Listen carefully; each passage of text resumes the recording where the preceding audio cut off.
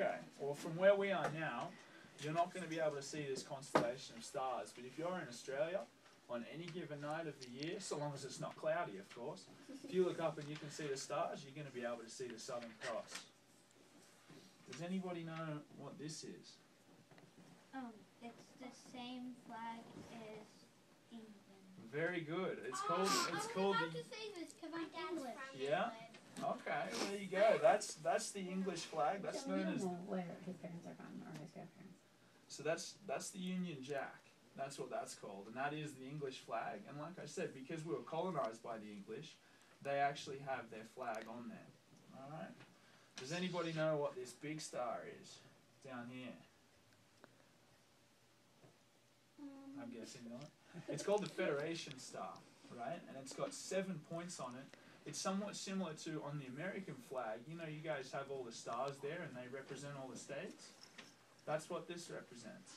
It started with 7 points to represent the different states and territories in Australia. But now there's actually 6 states and 2 territories. So it's 1 point short. But that's what it symbolizes. Yeah? Does it point to each continent? No, they don't. It's just a 7-pointed star. I just thought it might point to each continent because there's 7 continents. That's true too.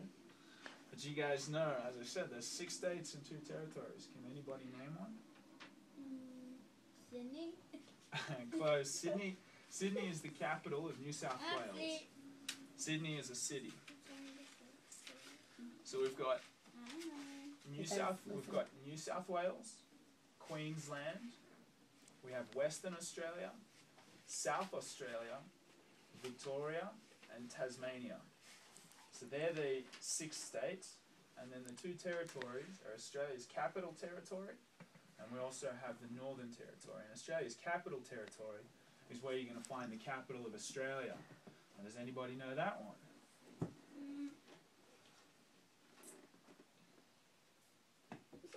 Canberra is the name of the capital.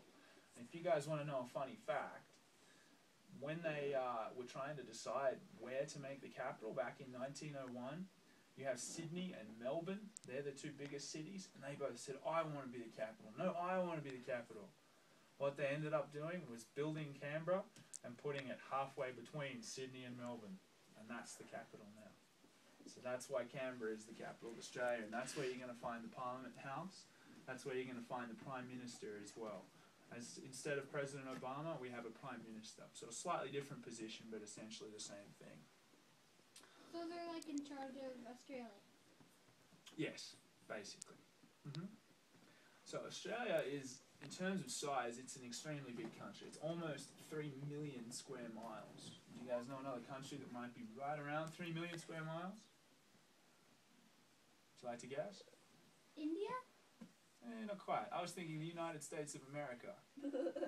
If you were to take a picture of Australia and a picture of the USA and put them together, Australia is only a little bit smaller than America, right? But Australia's population is only 21 million people, right? America's population is, correct me if I'm wrong, about 300 million, somewhere. I don't know what it is exactly, but it's definitely a lot bigger than Australia. So does anybody want to guess as to why Australia's only got 21 million people, far less people than America, and yet we're almost the same size? Because they don't have as much money and it's harder to travel. That's probably not quite right, but the main problem is that the middle of Australia is completely desert. It's really harsh, it's really dry, there's no water there. Right, so you have all these states with all these people in the middle of America, but almost all of Australia lives on the coastline.